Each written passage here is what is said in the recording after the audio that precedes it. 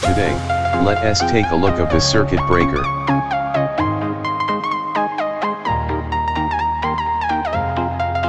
It has a ground leakage protector. And it has a 2P1. That means it switches both the live and the neutral wires.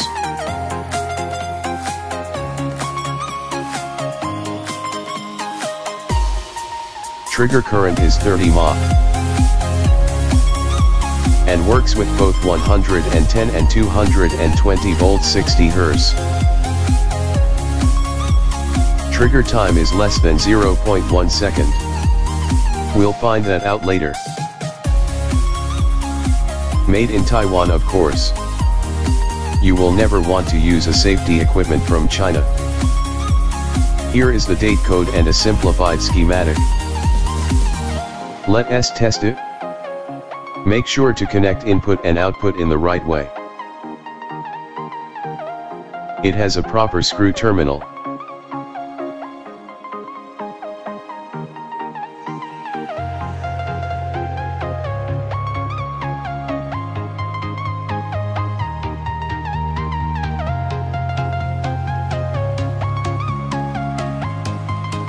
I connected a neon lamp as a test load.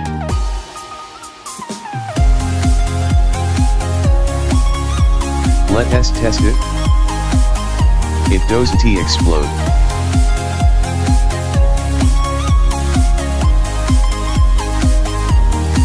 And it passed its self-test. We'll find out whether the test button actually tests the electronic or not. So let's take it apart. Unscrew the wire terminal and 4 screws at the bottom. Now we can take a look inside.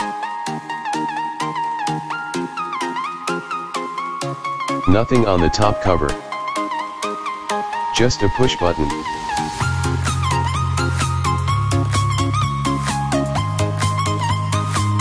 Wait for the camera to focus. Here is how the switch works. There are 2 copper contacts. They are pushed down by a plastic bar. And there is a white plastic hook. It releases the metal plate by pushing down the switch. Then the handle are pushed back by the spring. Also the metal plate resets by itself. Let's see how it actually works in slow motion.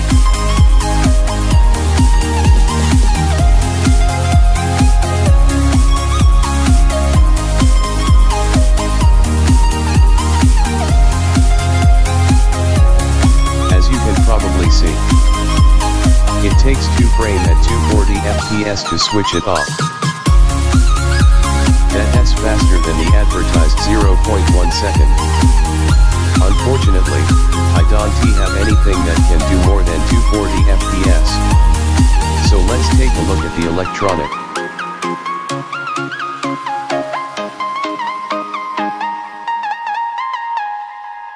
So here is the main circuit board. It has a layer of wax on it for waterproofing.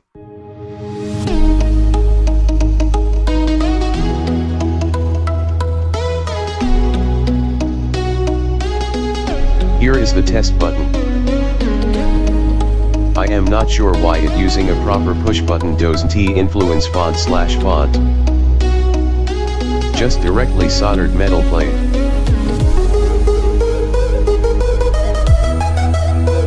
Again, a single 8-pin chip. No schematic for it, of course. The magnetic current sensor. Let us look at the schematic of the board. One of the input goes into a coil first. The green wire. The coil attracts a metal pin and T-pull the white plastic lever. The other input goes directly into the board. Then it goes into a full bridge rectifier. A tinny ceramic cap after it. are that short the output when activated.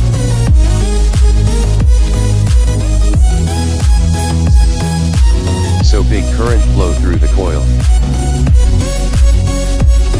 That creates enough magnetic force to attract the metal pin.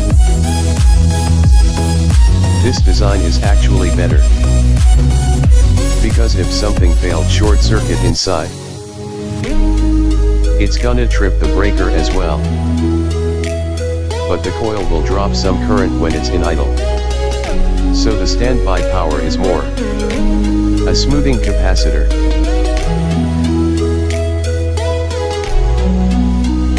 Now the back side of the board.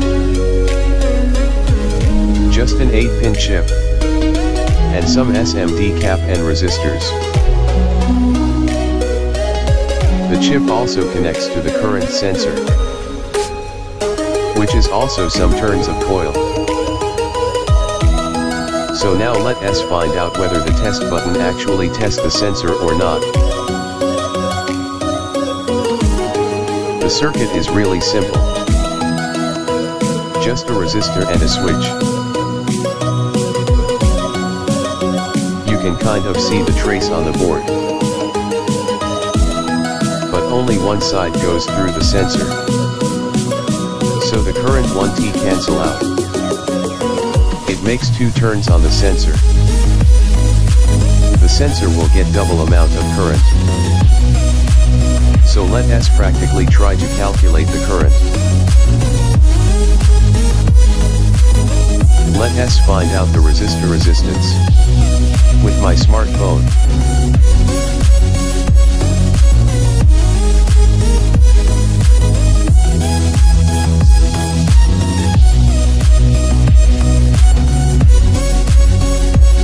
The color code is brown, blue, red, and gold.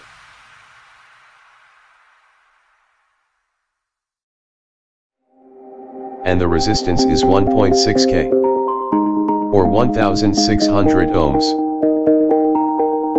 So let us calculate the current.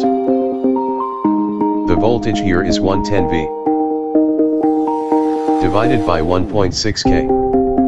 I've been painting every fence I know, every color bleeds into the same, 'cause before you go and walk equals away, almost 69 milliamps. yeah, you better know where you're going.